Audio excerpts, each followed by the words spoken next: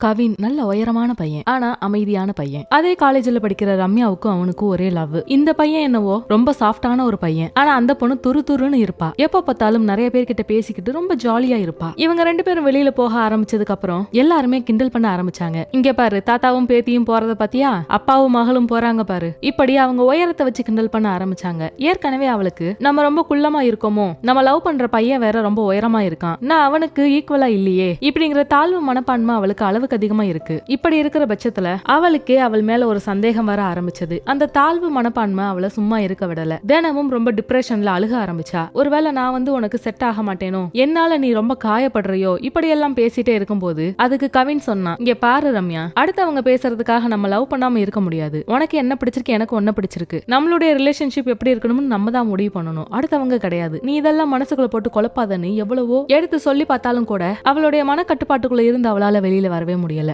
தினமும் அழுக ஆரம்பிச்சா. கொஞ்சம் கொஞ்சமாக கவின் கிட்ட பேசுறத நிப்பாட்டிட்டா. அவனும் எவ்வளவோ முயற்சி பண்ணி பார்த்தான் இவகிட்ட பேசுறதுக்கு. போன் பண்ணா எடுக்கிறது கிடையாது. இப்படி அவாய்ட் பண்ணிட்டே வந்தா. ஒரு நாள் அவளுக்கு பிறந்த நாள் வந்துருச்சு. அந்த பர்த்டே செலிப்ரேஷனுக்கு கூட அவன் யாரையுமே கூப்பிடல. ரம்யா இல்லாத இடத்துல மத்தவங்க என்ன செய்ய போறாங்கன்னு சொல்லிட்டு அவன் யாரையும் கூப்பிடாம வீட்டுல தனிமையில உட்கார்ந்து இருந்தான். அந்த நேரத்துல அவனுடைய வீட்டு காலிங் பெல் அடிச்சது. அவனும் மெல்ல போய் யாரா இருக்கும்னு கதவை திறந்து பார்க்கும்போது வீட்டு வாசல்ல ஒரு பார்சல். அந்த பார்சலை பாத்துக்கிட்டே யார் அனுப்புனாங்கன்னு சொல்லி மேலே இருக்கிற வரிகளை படிச்சான். அந்த கையெழுத்து ரம்யாவுடையது. அதை பார்த்ததுமே அந்த பார்சல் அவன் வேக வேகமா பிரிச்சான். உள்ள பார்த்தா அவள் ஒரு டிராயிங் வரைஞ்சு அவனுக்கு அனுப்பி வச்சிருந்தா. அதுல என்ன இருந்துச்சுன்னா, ஒரு மிகப்பெரிய மரம். அந்த மரத்தோட வேர்கள் ரொம்ப ஸ்ட்ராங்கா மண்ணை இறுக்கி பிடிச்சிருந்துச்சு. அதுக்கு கீழே ஒரு சின்ன மரம். அந்த மரத்தை இந்த பெரிய மரம் பாதுகாக்கிற மாதிரி அந்த டிராயிங் இருந்துச்சு. அதை பார்த்ததுமே அவன் கொஞ்சம் கூட யோசிக்கவே இல்லை. வேக வேகமாக ரம்யா வீட்டுக்கு ஓடினான். நேரா உள்ள போய் அவள்கிட்ட அந்த டிராயிங்க காட்டி, நீ என்ன சொல்ல வரன்னு எனக்கு புரிஞ்சதுன்னு சொன்னான். ஆமா கவின், நீ நினைக்கிறது சரிதான். உன்னை விட்டு பிரிஞ்ச இந்த கொஞ்ச நாள்ல தான் எனக்கு உன்னோட அருமை புரிஞ்சது. நான் எதுக்காக அடுத்தவங்களுக்காக நம்மளுடைய காதலை இழக்கணும்? நீ எனக்கு எப்போதுமே ஒரு பெரிய நிழலாக இருந்திருக்க. என் மனசுக்குள்ள வர்ற தாழ்வு மனப்பான்மை எல்லாம் உடைச்சு அதுல இருந்து என்ன நீ வெளியில கொண்டு வர்றதுக்கு எவ்வளவோ முயற்சி பண்ணியிருக்க. நீ யாரையும் கண்டுக்காம என்ன நீ எப்படி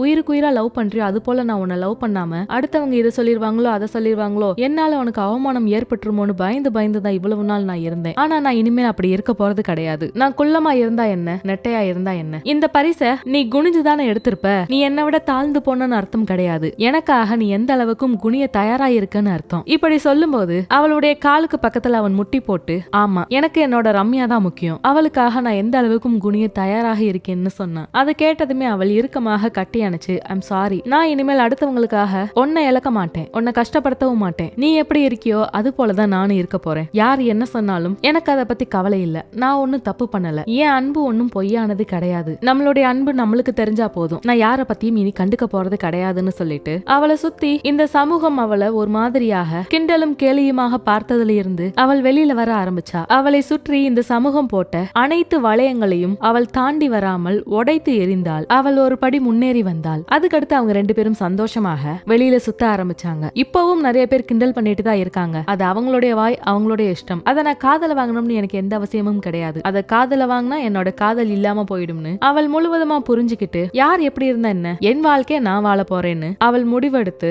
அவளுக்கு பிடிச்ச மாதிரி அவளுடைய காதலனோடு சந்தோஷமாக இருந்தா. இந்த சமூகத்துல பாத்தியா, அந்த பையனுக்கு ஏத்த பொண்ணு கிடையாது இவ. இந்த பொண்ணு கிளி மாதிரி இருக்கு, அவன் காக்கா மாதிரி இருக்கான் பாரு. என்ன இந்த பொண்ணு குண்டா இருக்கு, என்ன இந்த பையன் உயரமா இருக்கான். இப்படி அக்யூசேஷன் வச்சுக்கிட்டே போனோம்னா யாருமே நிம்மதியா வாழ முடியாதுன்னு நினைக்கிறேன். சில பேர் இப்படி பயந்துகிட்டேவும் அழகான பொண்ணை தேடுறாங்க. அழகான பொண்ணுன்னு இந்த உலகத்துல இருக்கா என்ன? அப்படி ஒண்ணும் பிரிச்சு இந்த கடவுள் அழக படைக்கலையே. எல்லாரும் தனிப்பட்ட முறையில ஒவ்வொரு விதத்திலையும் அழகா தானே இருக்காங்க. இந்த கதை உங்களுக்கு பிடிச்சிருக்கும்னு நினைக்கிறேன். அப்படி பிடிச்சிருந்துச்சுன்னா நம்ம சேனலை லைக் பண்ணுங்க, ஷேர் பண்ணுங்க, சப்ஸ்கிரைப் பண்ணுங்க. இன்னொரு கதையோட இன்னொரு நாள் வந்து பாக்குறேன். நன்றி, வணக்கம்.